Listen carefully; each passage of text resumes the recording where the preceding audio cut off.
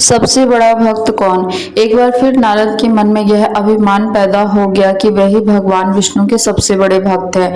वे सोचने लगे, मैं दिन रात भगवान विष्णु का गुणगान करता हूँ, फिर इस संसार में मुझसे बड़ा भक्त और कौन हो सकता है। किंतु पता नहीं नारायण मुझे ऐसा समझते हैं या नहीं। यह विचार कर नारद भगवान विष्णु के पास क्षीर सागर में पहुंचे और उन्हें प्रणाम किया। विष्णु जी बोले, आओ नारद, कहो कैसे आना हो। नारद बोले, भगवान मैं आपसे एक बात पूछ रहे हैं। भगवान विष्णु बोले, मैं तुम्हारे मन की बात जानता हूँ नारद, फिर भी तुम्हारे मुंह से सुनना चाहता हूँ। नारद ने कहा, हे देव, मैं जीवन भर आपका गुणगान करता रहूं, पल पल हर क्षण मुझे बस आप ही का ध्यान रहता है। आप मुझे बताइए कि क्या मुझसे भी बड़ा आपका कोई अन्य भक्त है। भगवान नारायण समझ तो पहले ही गए थे कि नारद को अपनी भक्ति पर अभिमान पैदा हो गया है, किंतु अपने मन की बात छुपाकर बोले, नारद इस प्रश्न के लिए तो तुम्हें मेरे साथ मृत्यु लोक चलना पड़ेगा। नारद बोले, ठीक है भगवान, मैं मृत्यु लोक चलने के लिए तैयार हूँ। भगवान विष्णु नारद को लेकर मृत्यु लोक चल पड़े। धरती पर पहुंचकर दोनों ने किसान का वेश धारण किया और एक गांव के किनारे अब बनी एक झोपड़ी की ओर चल पड़े। विष्णु बोले, नारद मेरा यह बहुत बड़ा भक्त यहाँ इस कुटिया में रहता। आश्चर्य है, क्या मुझसे बढ़कर भी किसी की भक्ति हो सकती है। नारद के मुख से निकला, क्या वह भी मेरी तरह आपका ध्यान लगाए रहता है। आओ स्वयं ही जान लोगे, नारायण ने कहा और उस कुटिया की ओर बढ़ गए। किसान उस समय कुटिया के बाहर अपनी गाय को बांध रहा था। उसके मुंह से हरि नारायण गोविंद का स्वर निकल रहा था। किसान भेषधारी विष्णु ने उसके निकट जाकर नारायण नारायण कहा तो किसान ने विनीत स्वर में पूछा, आप कहाँ से आए हैं भद्र, मेरे लिए कोई सेवा हो तो निसंकोच बताइए। किसान भेषधारी भगवान विष्णु ने कहा, हम नगर जा रहे हैं पर अंधेरा घिरने लगा, वन में जंगली पशुओं का डर है, इसलिए रात भर आश्रय चाहते हैं। किसान ने प्रसन्न भाव से कहा, मेरी कुटिया में आपका स्वागत है भद्र, और जो रूखा सूखा घर में है आपके लिए प्रस्तुत है। भगवान ने मुझे आप लोगों की सेवा करने का अवसर दिया है, बड़ी कृपा हुई उनकी। बाहर दलान में एक खटिया पर दोनों को बिठाकर किसान अंदर गया और अपनी पत्नी से कहा, देवी दो अतिथि आए हैं। किसान की पत्नी उस समय अपने बच्चों को भोजन परोस रही थी। धीरे से आटे का बर्तन देखती हुई बोली, घर में इतना सा ही आटा है और ये बच्चे और भोजन मांग रहे हैं। किसान बोला, कोई बात नहीं, हम अतिथियों को भरपेट भोजन कराएंगे, तुम बच्चों को आज कांजी बनाकर पिला देना।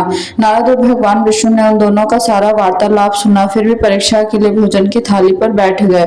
जब दोनों भरपेट भोजन कर चुके तो नारद सोचने लगे, यह सीधा साधा गृहस्थ भगवान का सबसे बड़ा भक्त कैसे हो सकता है। उधर श्री हरि ने किसान से और भोजन लाने की फरमाइश कर दी और बोले, मेरा पेट अभी नहीं भरा है, क्या और भोजन मिलेगा। किसान रसोई घर में गया और जाकर पत्नी से पूछा, कुछ और भोजन बचा है क्या। पत्नी बोली, बच्चों के लिए कांजी बनाई है, बस यही बचा है। विष्णु और नारद वह भी पी गए। किसान और उसके परिवार को भूखे ही सोना पड़ा। भूखे बच्चे माँ का आंचल थामकर बोले, माँ नींद नहीं आ रही है, मुझे बड़े जोर की भूख लगी है। पिताजी ने उन दोनों अतिथियों को कांजी क्यों पिला दी। किसान ने बच्चे के सर पर हाथ फेरते हुए कहा, अतिथि को भोजन कराना स्वयं भगवान विष्णु को भोग लगाने के समान है। बाहर दलान में दोनों अतिथि अलग अलग बिस्तरों पर लेटे हुए थे। भगवान विष्णु ने कहा, तुमने सुना नारद, किसान और उसके परिवार को भोजन नहीं मिला, फिर भी वह मेरे गुण गा रहे हैं। यह तो कुछ भी नहीं है, मैंने तो कई दिनों तक भूखे रहकर आपका स्मरण किया है। अगले दिन सुबह उन्होंने देखा कि किसान भगवान विष्णु की मूर्ति के सामने कह रहा था, गोविंद हरि हरि, तुम सदा मेरे मन में बसे रहो, बस मुझे और कुछ नहीं चाहिए। फिर दोनों अतिथियों से बोला, हरि की बड़ी कृपा है, वही जग का रखवाला है, प्रभु की दया से रात को कोई कष्ट तो नहीं हुआ। जब तक आपका जी चाहे तब तक आप दोनों यहाँ रहे, मैं खेत पर जा रहा हूँ। किसान वेशधारी श्री हरि, हम भी तुम्हारे साथ चलेंगे यदि तुम्हें कोई आपत्ति ना हो तो। नारद और विष्णु भगवान किसान के साथ उसके खेत पर गए। किसान बोला, यही अपना खेत, अब मैं अपना काम करूंगा।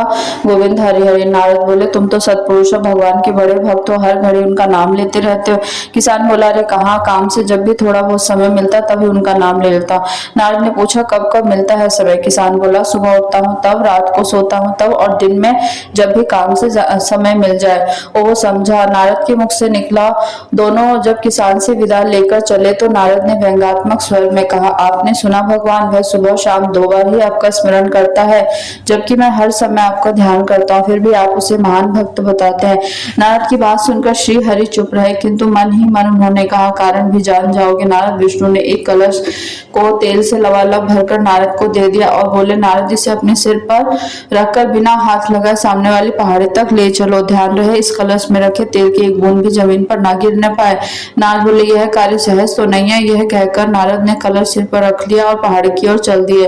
नारद पहाड़ी तक गए और लौट आए। विष्णु बोले लौट आए नारद, ठीक है, अब यह बताओ इतनी दूर जाने और आने में तुमने कितनी बार मेरा स्मरण किया है। नारद बोले एक बार भी नहीं भगवान, करता भी कैसे, मेरा सारा ध्यान तो तेल और कलश की तरफ लगा हुआ था। श्री हरि बोला अब तुम ही सोचो, वह किसान दिन भर कठिन परिश्रम करता है फिर भी 2-4 बार मेरा स्मरण जरूर करता है और तुम एक बार भी मेरा स्मरण नहीं कर पाए। विष्णु की बात सुनकर नारद के अंतर चक्षु खुल गया। वह श्री हरि के चरणों में गिरकर बोले मान गया प्रभु, जो संसार के झंझटों में रहकर भी आपका स्पर्श करते हैं वही सबसे बड़े भक्त है।